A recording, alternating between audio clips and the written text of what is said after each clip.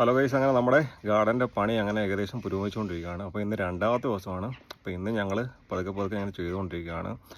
അപ്പം കുറച്ചൊക്കെ നമ്മുടെ പുല്ലും കാര്യങ്ങളും എല്ലാം ഒന്ന് സെറ്റാക്കിക്കൊണ്ട് വരികയാണ്. അപ്പം ഞാൻ ഒന്ന് കാണിച്ചു തരാം നിങ്ങളെ ഒന്ന്.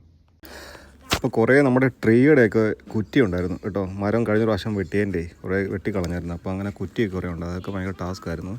പിന്നെ നമ്മുടെ മണ്ണിര കണ്ടോ, മണ്ണിരയൊക്കെ ഒരുപാടുണ്ട് ശരിക്കും ഇവിടെ കേട്ടോ. ഇവിടെ നമ്മുടെ നാട്ടിലെ പോലെ തന്നെ ഒരുപാട് മണ്ണിര, ഒച്ചയില്ലാത്ത പരിപാടിയൊന്നുമില്ല. അങ്ങനെ നമ്മൾ ആ കുറ്റീനെ വലിച്ചൂരി എടുത്ത് ഗൈസ്.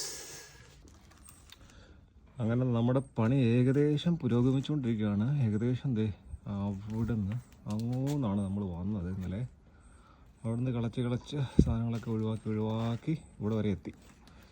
രണ്ടുപേരും കൊണ്ട് ഇന്നും കൂടെ തുണിയെല്ലാം കുറേ ഇറക്കിയിട്ടുണ്ട്. നല്ല വെയിലുണ്ട് കേട്ടോ, അതുകൊണ്ട് നല്ല വെയിലാണ്.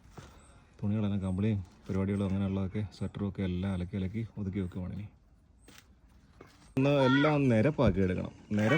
കാരണം കുറേ കുറ്റി ഉണ്ടായിരുന്നു. നമ്മുടെ ഈ പഴയ മരത്തിൻ്റെയൊക്കെ റൂട്ട്സ് ഉണ്ടായിരുന്നു. അതെല്ലാം വലിച്ചൂരി എടുക്കാനായിരുന്നു ഏറ്റവും വലിയ പാടുപെട്ടത്. അപ്പോൾ നമ്മുടെ പിക്കാസാണ് അതിനുവേണ്ടി ഞാൻ ഉപയോഗിച്ചത്. പിന്നെ കുറേ നമ്മുടെ ഈ ചേമ്പ് പോലത്തെ കുറേ ചെടിയുണ്ട് ഇവിടെ.